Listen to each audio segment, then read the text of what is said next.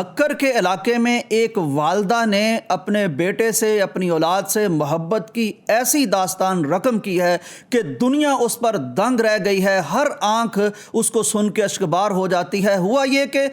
بھکر کا ایک علاقہ ہے حیدرآباد تھل، وہاں منظورہ نامی ایک خاتون رہتی ہے، توقیر نام کا اس کا جوان بیٹا ہے، گھر میں جھگڑا ہوتا ہے اور یہ بدبخت بیٹا اپنی جنت، اپنی والدہ، اپنی مامتا کے سر پر کلہاڑیوں کے وار کرتا ہے۔ تیز دار کلہاڑی بیٹے کے قوت بازو سے والدہ کے سر میں پیوست ہوتی ہے، یقیناً آسمان اس پر تھرا گیا ہوگا، زمین اس پر کانپ اٹھی ہوگی۔ تو اس نے اپنی والدہ پر، اپنی جنت پر، اپنی مامتا پر وار کیے، گھر سے بھاگ گیا۔ والدہ کو ہسپتال لے جایا جا رہا تھا، لیکن راستے میں ہوا یہ کہ زخم اتنے کاری تھے،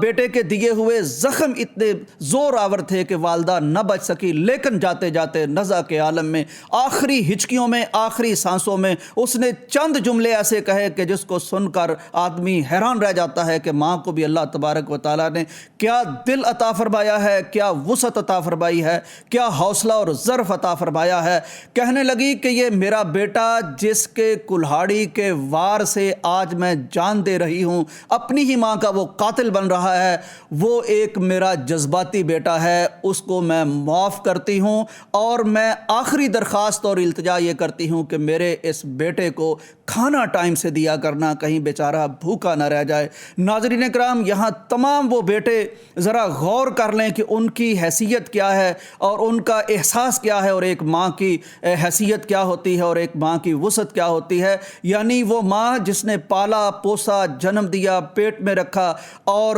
بے شمار قربانیاں دی، آج وہی بیٹا اس کے سر پر وار کر کے اس کو دنیا سے چلتا کرتا ہے، لیکن جاتے جاتے بھی اس کو اگر فکر ہے تو بیٹے کی روٹی کی فکر ہے، بیٹے کی آخرت کی فکر ہے، بیٹے کی دنیا کی فکر ہے، اور وہ معاف کر کے جاتی ہے اور بیٹے کے کھانے کا بندوبست کر کے اور التجا کر کے جاتی ہے۔ کاش ہم اپنی والدہ، اپنے والدین اور اپنے والد صاحب کی اہمیت کو سمجھ لیں، ان کے جذبات اور احساسات کو سمجھ لیں۔ کاش یہ واقعہ ہمارے لیے یہ نمونہ بن جائے ہمارے بدلنے کا اور یہ دیکھنے کا کہ ماں باپ کیا ہوتے ہیں، ان کی سوچ کیا ہوتی ہے، اور نکمی اور نااہل اولادیں اور بدبخت اولادیں کہاں تک پہنچ جاتی ہیں۔ اللہ تعالی ہمیں اپنی جنتوں کی حفاظت کرنے کی توفیق عطا فرمائے۔ اجازت دیجیے، اللہ حافظ۔